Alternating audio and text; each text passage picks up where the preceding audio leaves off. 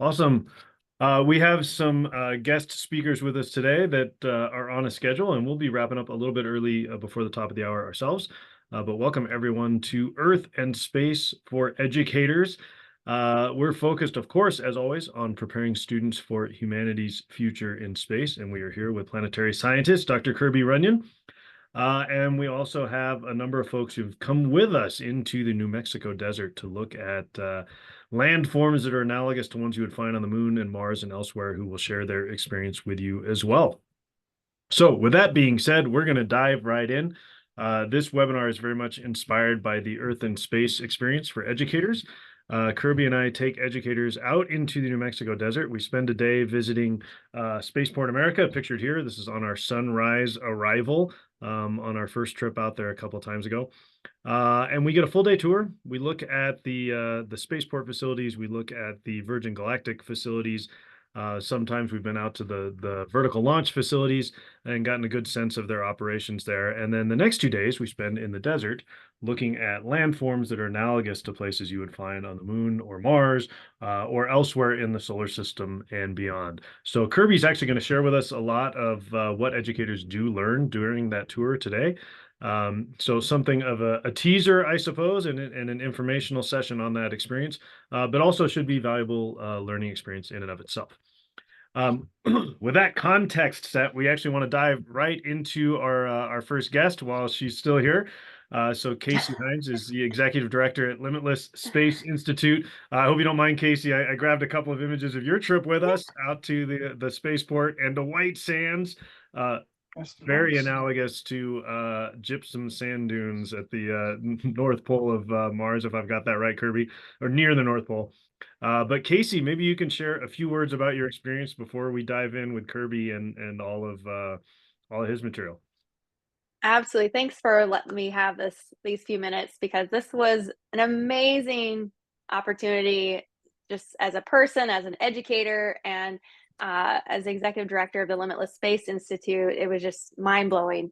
At LSI, we're focused on interstellar space travel. So I saw a lot of great connections with the content in this course, because when we go to other worlds, being able to study the geology of our planet and understand why those formations happen will definitely be able to be applied when we go to planets beyond our solar system, exoplanets and beyond.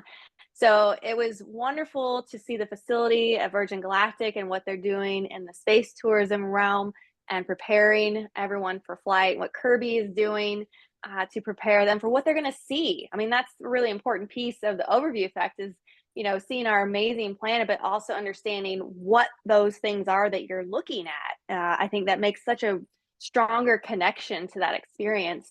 And then being able to go out to the lava flows and, yes, white sands, I'd never been. And it was just phenomenal.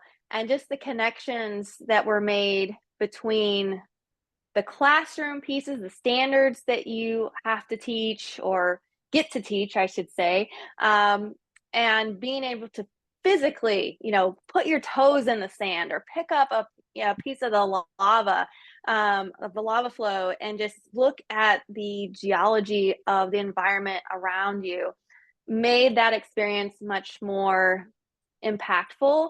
And I feel like those connections were so much stronger. If I still had a classroom to go back to, I definitely would be able to implement pictures and video and things that I learned into the classroom. I would totally apply or buy one of those Mars or lunar maps from the Aldrin Foundation. But as working at the Limitless Space Institute, I saw a lot of connections for our mission to teach about exoplanets and interstellar travel. So phenomenal experience, and we plan on going again this fall.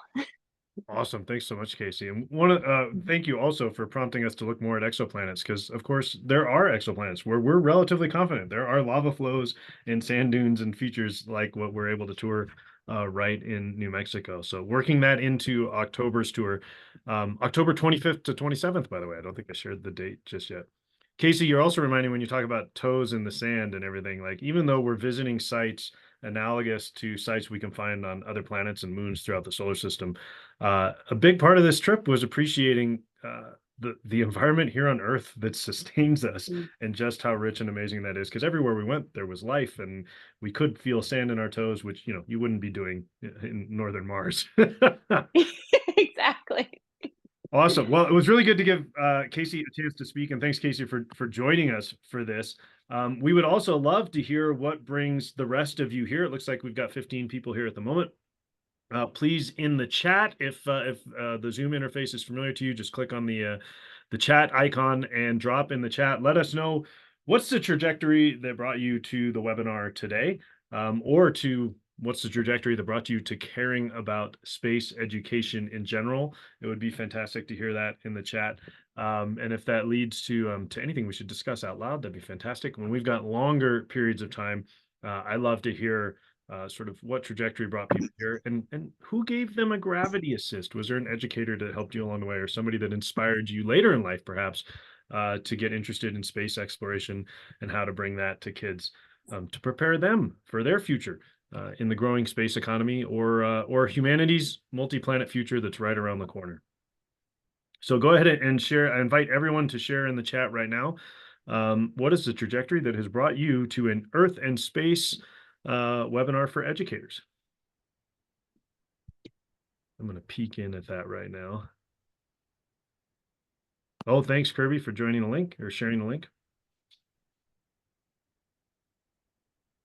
Just to keep things rolling, I will share a bit about my trajectory, and Kirby will introduce himself a bit more in a minute. But I'm a lifelong space enthusiast, one-time astronautical engineering student, but jumped ship to study literature and philosophy. So I became a high school English teacher, but most of my career then was education technology. So my PhD is in education technology. I did a lot of work with Google for Education. Some of you may have known me through that work, but everything now is space education focused. So I work with the Aldrin Family Foundation, as you can see here, with a company called SLU, that provides kids access to a global network of remote telescopes, world-class telescopes that can capture amazing images, and a variety of other initiatives, including a space education alliance of other folks doing inspiring work in this realm. And I can see Jessica and Casey and David have dropped a few responses in here, and Carlos, thank you. I'm going to skim them myself, but new teaching roles, loving science, PhD candidate in space resources. Fantastic, David. Congrats. Jessica teaches astronomy. Cool. Jessica, I want to talk to you about SLU also. Give your kids the opportunity to be astronomers. And Alex is undergrad at ASU. Very cool. Astronomy and physics. Awesome. Any guidance and teaching would help. We've got a lot of resources. And Holly, welcome. Oh, from Las Cruces. You can join us without traveling. Good to know. Cool, Pam. Good to have you with us. And I'm going to keep moving, but Kirby and I will keep an eye on the chat. What to sort of paint a picture and offer some context in terms of why we're doing this, we're really preparing students for their reality rather than our past. I like to say in 10 years' time, today's second graders or third graders will graduate into a world where we have a fleet of reusable rockets like the Starship rocket pictured here, and like the New Glenn rocket that Blue Origin's working on, that can take 100 tons of cargo or 100 passengers, not just to the moon or Mars, but anywhere on the planet in 45 minutes. You think about how many industries that could change. Think about the geopolitical implications. Think about how it changes first class travel if the costs are comparative, right? But you're also talking about a reality where not only do we have a global GPS system, but we have ubiquitous broadband internet from orbit. Again, that changes geopolitical realities, and it changes what's possible in a wide variety of industries, especially if you add to that something like Earth observation satellites in low Earth orbit that are impacting already every industry from agriculture to crime fighting, for instance. And it's the best way we have to track what's happening with the environment and impact it as well. So that's very much a big part of what we're doing, is preparing kids for this reality that is already happening today and that they're graduating into in 10 years or less time, right?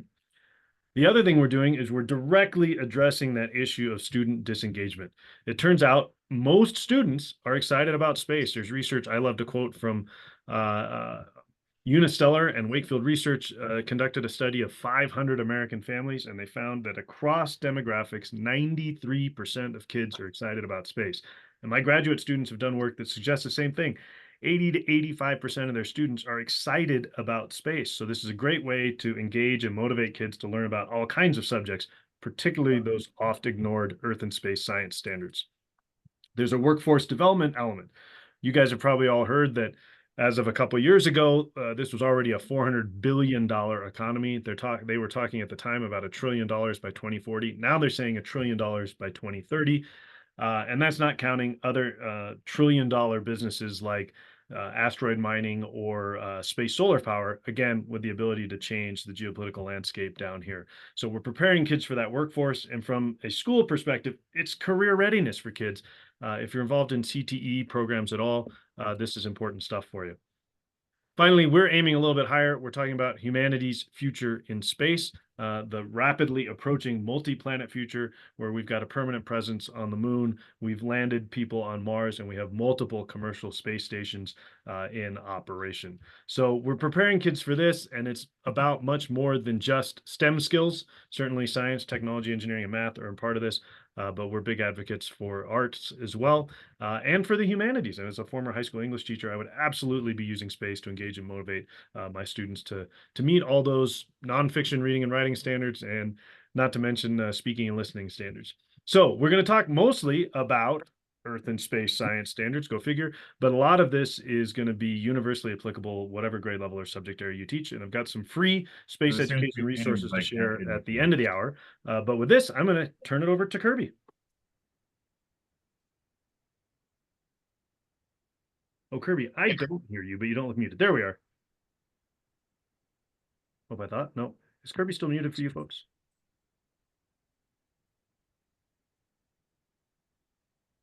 Now, can you hear me? Yes, we got you. Great. Okay. Okay. Yeah. Sorry about that, folks. Let me share my screen here so that Mark doesn't have to be the PowerPoint minion. And hopefully you can see my screen now. Welcome, everybody. And let me just try to give you a preview of what it's like when we go out in the field in southern New Mexico. This opening screen right here, this slide is at Kilbourne Hole, which is a combined magma steam explosion crater. And we'll talk more about that in a minute. But really kind of the motivating factor behind a lot of this was showing Virgin Galactic ticket holders what they would be able to see out the window as they go into space. And so Virgin Galactic private astronauts, this flight shown here, both the rocket launch, the rocket plane launch on the left, and the view out the back is from Sir Richard Branson's space flight in 2021, where he got to ride his own vehicle, VSS Unity, into space above New Mexico.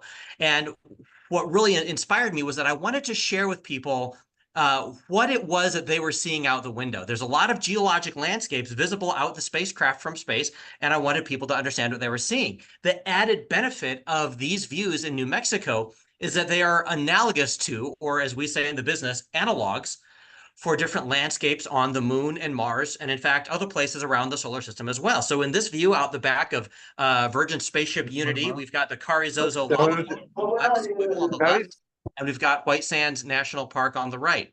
Oh, with a view out from the International Space Station looking straight down shows this view this way. This red box on the lower left there shows a smaller volcanic field that nevertheless forms one of the highlights of our visits, Kilbourne Hole and Aden Crater. We're going to start with White Sands National Park, which is a gypsum sand dune field, and it's very analogous to similar sand dune fields across Mars. In fact, where I'm sitting right now is Johns Hopkins University, and I spent half my PhD studying sand dune migration on Mars, and we use the gypsum sands of White Sands as a place, as an analog for that. These are sand dunes on Mars. If you visit White Sands National Park, you are by proxy visiting the sand dune fields on Mars. And in fact, we have a spy satellite over Mars called Mars Reconnaissance Orbiter, and it can take images spaced many years apart and show that the sand dunes are not static. They are actively blowing downwind in the wind.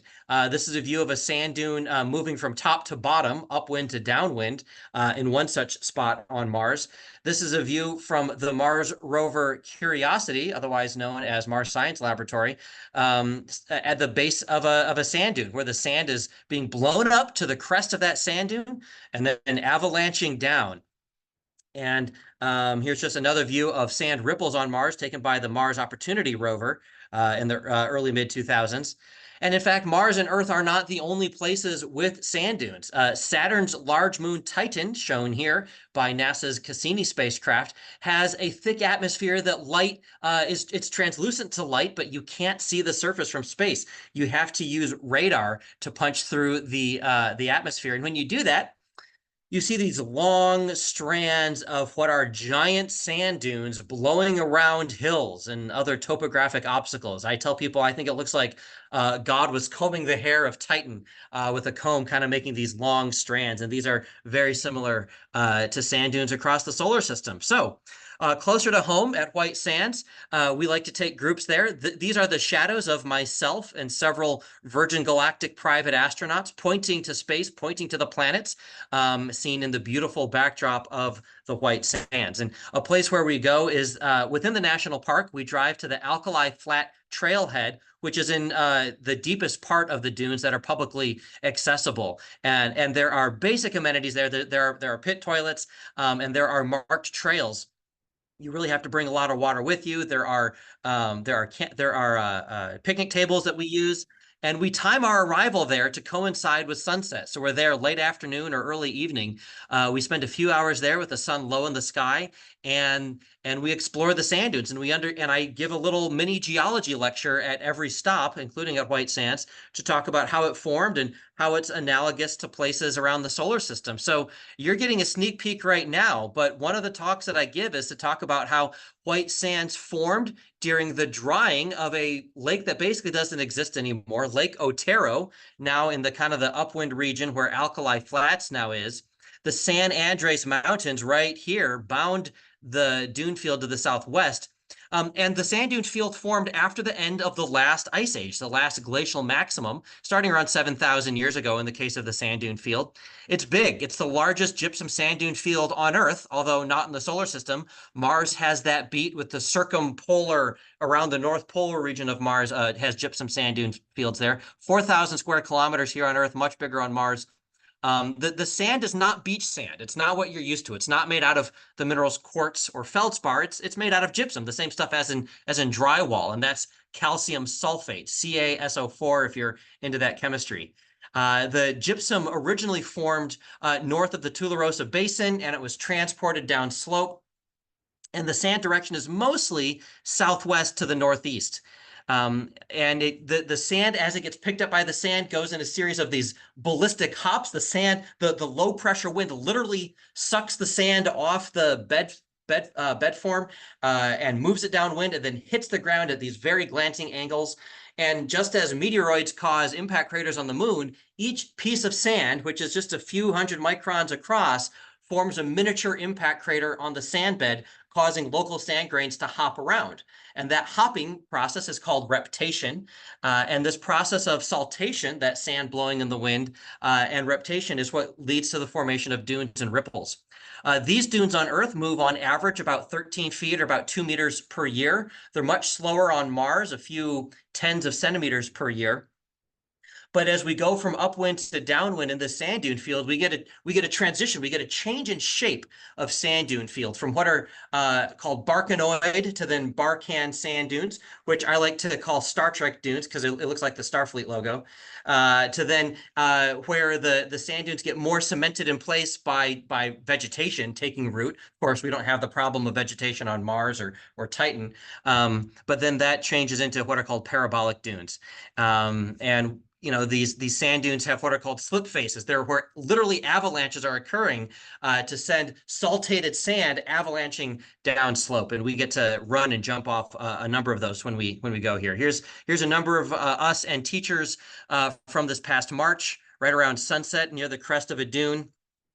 If you look sideways across the direction the sun is coming from, you get these beautiful high relief views of the dunes. It's like being on an alien planet. I guess that's one reason we go there. And in fact, as the sun sets and the colors in the sky change, the white sand actually picks up an average of all of those colors and reflects that back to you. One of our teachers we had said that she saw colors being more colorful than in other aspects of her life at White Sands. So just some beautiful views looking towards the San Andres Mountains in the west with these undulating sand dunes. You can imagine being on Mars, and as the sun sets, the sky turns a little red. The sand then picks up that red color. It might look a little bit like the rusty red sands of Mars. And you can imagine that not only are you on Earth, but you're on Mars, where the Mars rovers are, where we have yet to send astronauts or rovers to see what those sand dune fields would look like across Mars or even across Titan. Speaking of Titan, NASA's going back there in the 2030s with a nuclear-powered quadcopter drone called Dragonfly that will hopefully be flying around the sand dunes of Titan, giving incredible, incredible views. And going to White Sands is practice for understanding the results from those missions. After another place besides White Sands that we go is a place called the Carrizozo lava flow, labeled up towards the top there. It's this long, squiggly black area, and it's very similar to lava flows across the moon. A lot of people don't realize that when you look up at the moon at night, all those gray areas, you kind of notice those gray areas and the white areas.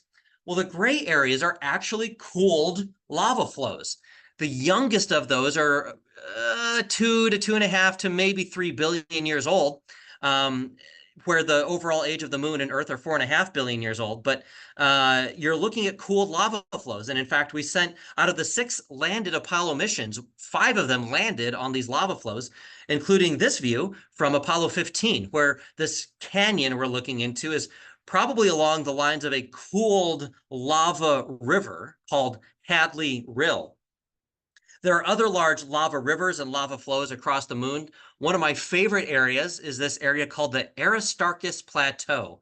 And there was once a huge fountaining volcano right here at this wide trench, nicknamed the Cobra Head, that then flowed northwest before dipping southwest and emptying out into this large lava plain called the Ocean of Storms, or Oceanus Procellarum. The moon is not the only place, and neither is the Earth, with these types of lava flows. Jupiter's volcanically active moon, Io, is the most volcanically active, I'm going to say, planet in the solar system. In fact, this view on the left, taken by NASA's Galileo Jupiter orbiter that made multiple flybys of Io, and it made an image mosaic, which is why there's some kind of angular chunks taken out of the image. Pretty much every dark area you see is either a lava flow or a lava lake. For instance, this area right here is a volcanic caldera called Loki Patera, and as far as we can tell, it's still got liquid magma underneath a thin crust of lava there. There's other squiggly areas of lava. In fact, I've zoomed in on one of them here where it's probably erupted from some of these small eruptive centers, and you get these really squiggly, dark lava flows that go out in various directions, just flowing downhill in the low gravity of Io. And these kind of squiggly flows are highly reminiscent to the squiggly flow around the Carrizozo flow. It's 75 kilometers, or roughly 40 miles long. We drive to a place, so I've got this tipped sideways, so north is to the right, but we drive, and you can see a road that's been dynamited through the lava flow here. We stop at a visitor center right around here, and get to explore the lava flow up close. And we get to drive almost its entire length, 75 kilometers, 40 miles. It's the second youngest lava flow in the United States. It's about 5,200 years old, and it was emplaced with multiple overlapping flows over a time span of about 30 years. So you can imagine someone growing up with, a lava flow happening in their backyard, and you can go cook your meat on it. You can boil water on the lava flow. It doesn't flow that fast. But one of the reasons that the lava can flow so far, and really most of the lava was erupted up here in the north at a very low shield volcano called Little Black Point. And I've met people who have hiked there, but it's a real treacherous trek over incredibly undulating terrain. You have to use legs, whether you're a human or maybe a horse, to get there. ATVs, any wheeled vehicle wouldn't cut it. The reason that all this lava could flow for close to 75 kilometers from this area so far north is because of a phenomenon called tube-fed flow. This is the same phenomenon that gives rise to the famous lava tubes, most of which are very small, some of which are big enough that you can crawl inside of. Not really here, but there are some places where you can get inside these lava flows. The type of lava flow here is a type called pahoehoe lava. That's a Hawaiian term referring to this sort of flowy, ropey texture of the lava. One analogy I like to give is if you've been to a restaurant's food buffet and the gravy by the mashed potatoes kind of has the skin that's formed over the top of it, and you take the ladle and you drag it through there, that skin will sort of wrinkle up and form a skin on top. Well, that happens with lava as well, and it forms these folds in it that have been nicknamed ropes. Now, tube-fed lava flow happens when you have molten lava flowing over a cool ground surrounded by cool air. And the cold ground and then the cool air on the sides, as well as the ability of the lava to radiate heat upward, causes there to be a thin crust of cooled lava along the edges there. Now, solid rock is an excellent heat insulator. And so as the lava flows, it continues to cool and form crusts into the new ground that it gets to. And so the lava literally creates its own insulating tube as it flows along. What'll end up happening is the lava will reach the end of its tube, and then that whole lava tube will literally inflate upward as the lava pressure inside there builds, and it forms it to puff up and then to crack. And then eventually you get a breakout called a breakout that forms another lobe of lava, and the lava flow progresses forward. And so it's this tube-fed flow that allows these lava flows to be very, very long. Now, this rock type here is a rock type called basalt, and it's the most common surface volcanic rock in the solar system. Literally from Mercury to Venus to Earth, the Moon, Mars, even some of the large asteroids out to Jupiter's moon Io, and then frozen liquids and ices take over in the middle to outer solar system. But this most common of rocks, and by the way, basalt is the most common surface rock on Earth if you count the oceans. The oceans comprising about 70% of Earth's surface area, the bottom of them is actually made out of basalt, same thing as the dark areas on the moon. And it's three primary minerals, really two, but maybe a third one on occasion, that make up the mineralogy of basalt, and that's plagioclase, feldspar. Those are like the solid white grains in granite. It's what a lot of beach sand is made out of. There's pyroxene, which is sort of a dark brown mineral that if you're good at parsing words and understand linguistics, the PYR in pyroxene refers to fire. These are fire rocks. These are igneous rocks.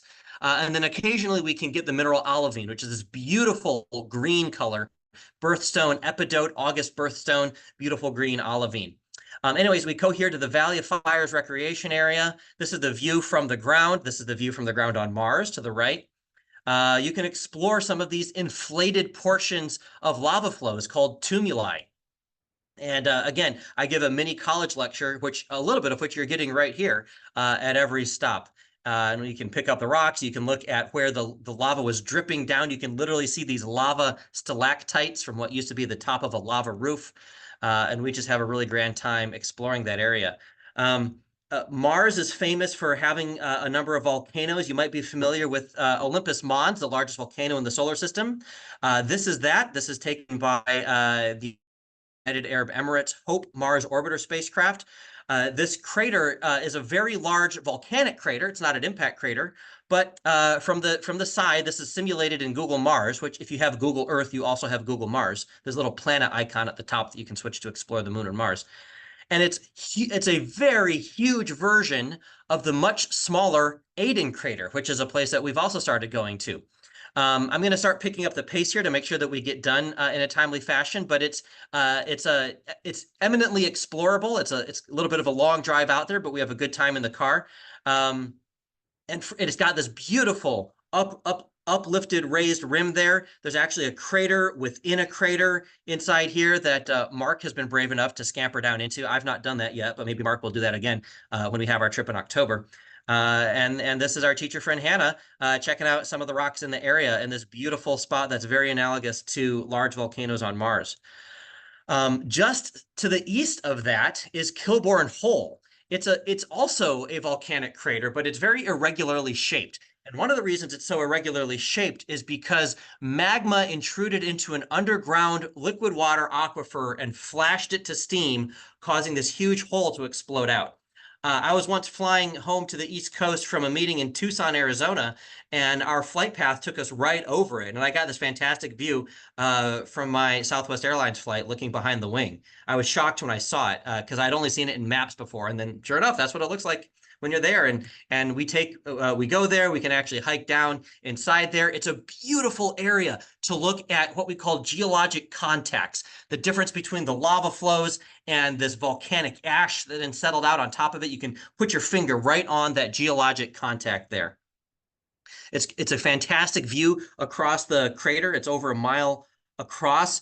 Literally, in this season of our lives right now, NASA's Artemis astronauts and associated engineers and scientists and managers do actual preparatory field expeditions here to Kilbourne Hole to practice for the Artemis missions to the moon. One of the really cool rocks that we find is this green colored rock, olivine. These are called olivine mantle xenoliths. Xeno, X-E-N-O, literally means alien rocks, kind of appropriate for astrogeology, although in this case, alien does not mean from space. Alien means from deep underground. Earth's mantle, most of Earth's volume, is actually composed of the rock olivine. And if you could somehow tunnel hundreds of miles under the ground, get beneath the crust, the lithosphere, and get into the mantle, and you could somehow see it'd be green from the mineral olivine. And some of those alien rocks were erupted to the surface. And we have a fun time kind of perusing around our parking site at the rim of the crater, trying to find these green mantle xenoliths. They are a challenge to find. The first one is the hardest to find. And after you find the first one, the rest are relatively easy.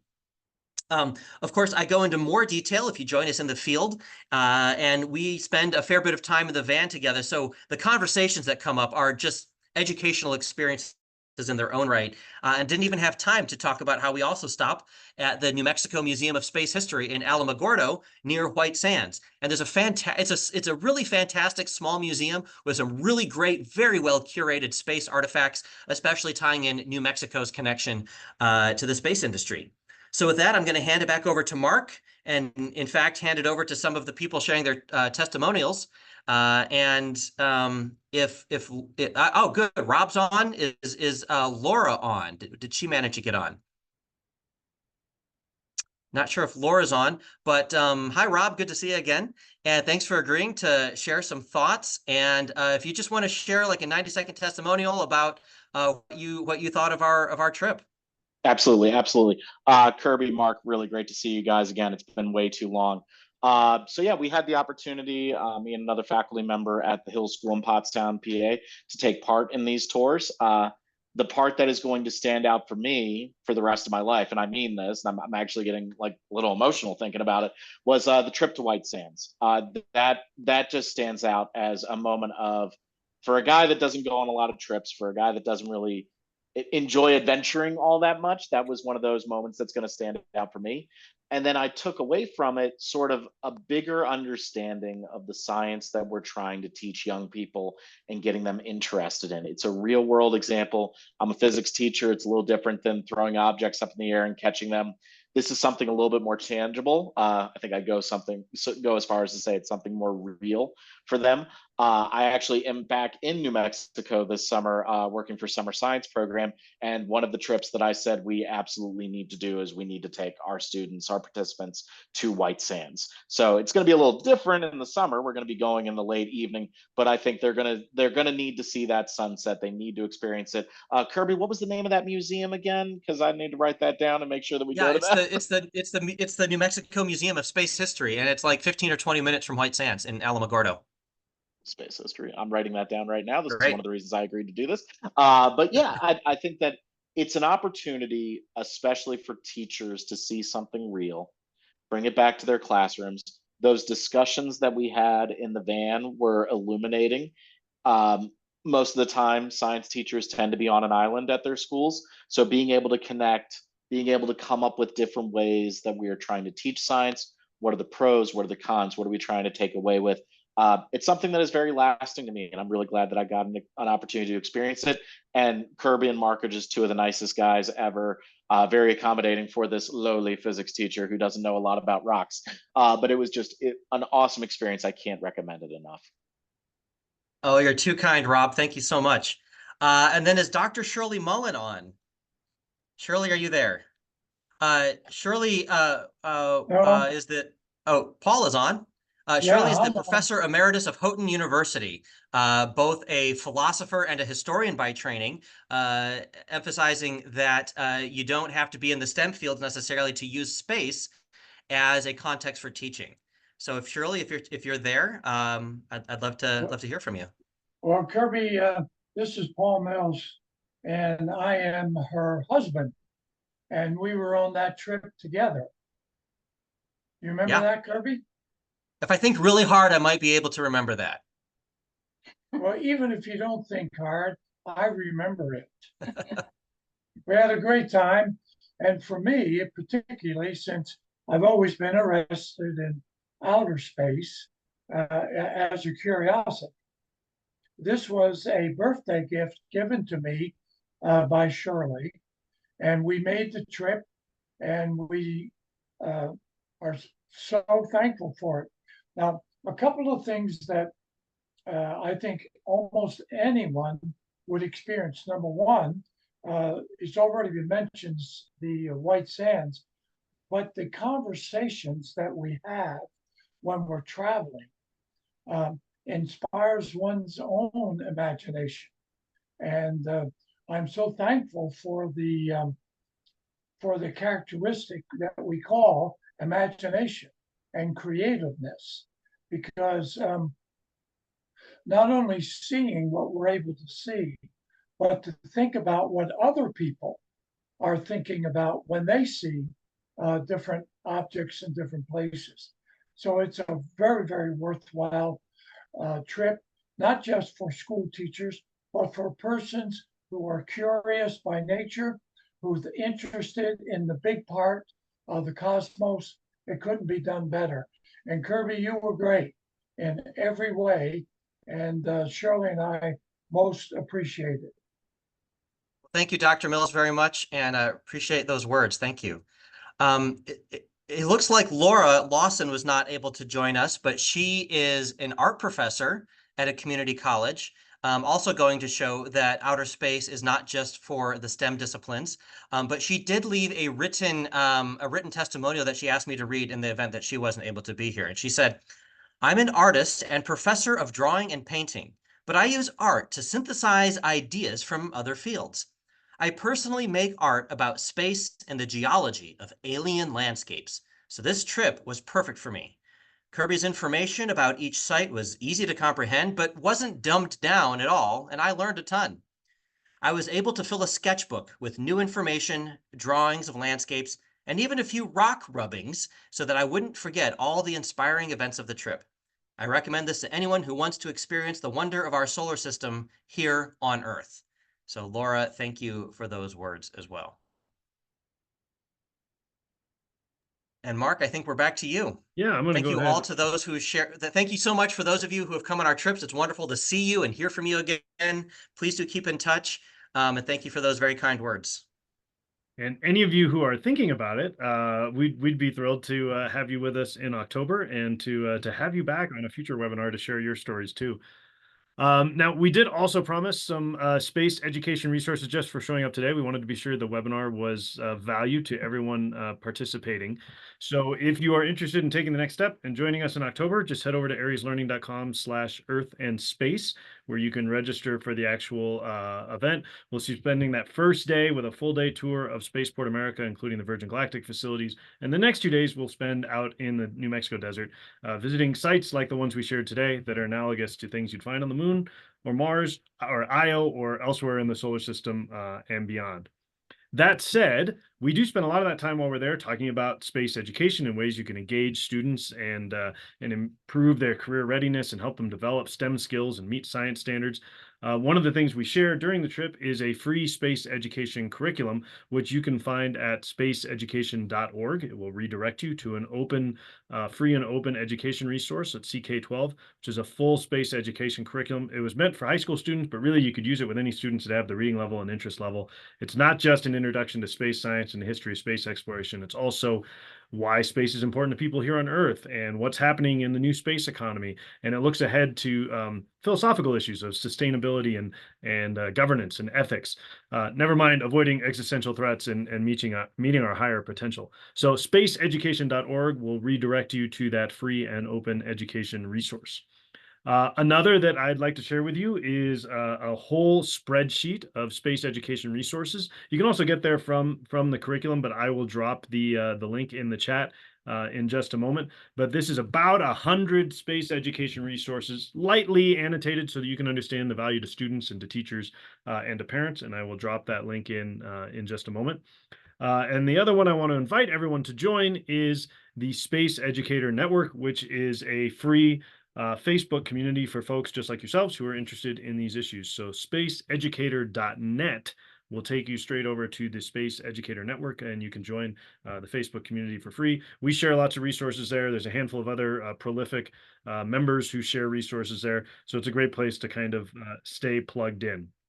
And in the last few moments here, because we will wrap up a little bit early, I want to share a couple of other opportunities. If you're interested in this, I run an online course. You don't need to go anywhere necessarily, covering some of this material. It covers my own book on space education. It covers the curriculum and a lot of the resources I talked about. And that starts July 9. So you could actually start this online course before you even join us in October out in the desert and be well primed for the conversations in the car. If you're interested, that's arieslearning.com/course. And last time we were out in New Mexico, we took the giant moon map and the giant Mars map with us. These are 33-foot maps of the moon and Mars with geological information embedded in them. It's fantastic field tools, but also fantastic tools to use at your school. You can put them up in the NPR or the gym or outdoors even. They're designed for class of kids to move around on them every day, all year, with hundreds of hours of standards aligned activities. If you're interested in that, join us in October. Or reach out to me anytime about the programs at the Aldrin Family Foundation. Similarly, I saw several of you are astronomy instructors of one kind or another, and I want to talk to you also about a program called SLU, which gives kids access to a network of world-class remote telescopes around the planet. So highly recommend SLU. It's at slu.com. If you have questions about that, I can help you with that as well. We talk about all these things when we are out in the desert. We use the giant maps. When we're at Carrizozo lava flow, we've got a map of the moon and places where you'll see lava like that, and lots of fun ideas for ways you could take your experience of the awe and wonder of the cosmos and our planet Earth and take that back to your students and create really engaging, meaningful learning experiences for them as well. So hope you all will join us. Your next steps here, of course, are to sign up for the experience at arieslearning.com/earth and space, or reach out to Kirby or I if you have additional questions. Again, we're preparing for humanity's multi-planet future, right?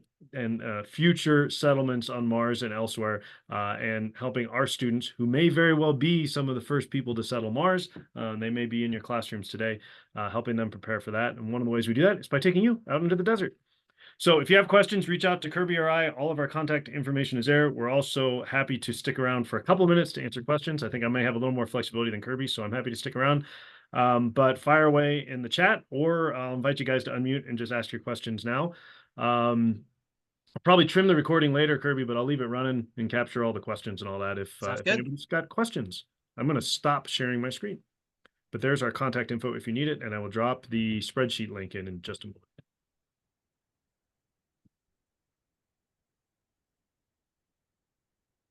So questions or anything, now is a great time.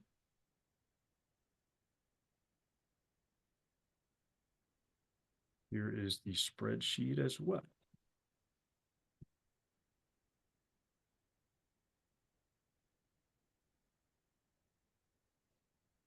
And perhaps some of you were listening while you were doing other things, but feel free to unmute or to use the chat if you have questions about any of the resources I just shared or about the Earth and Space Experience for Educators.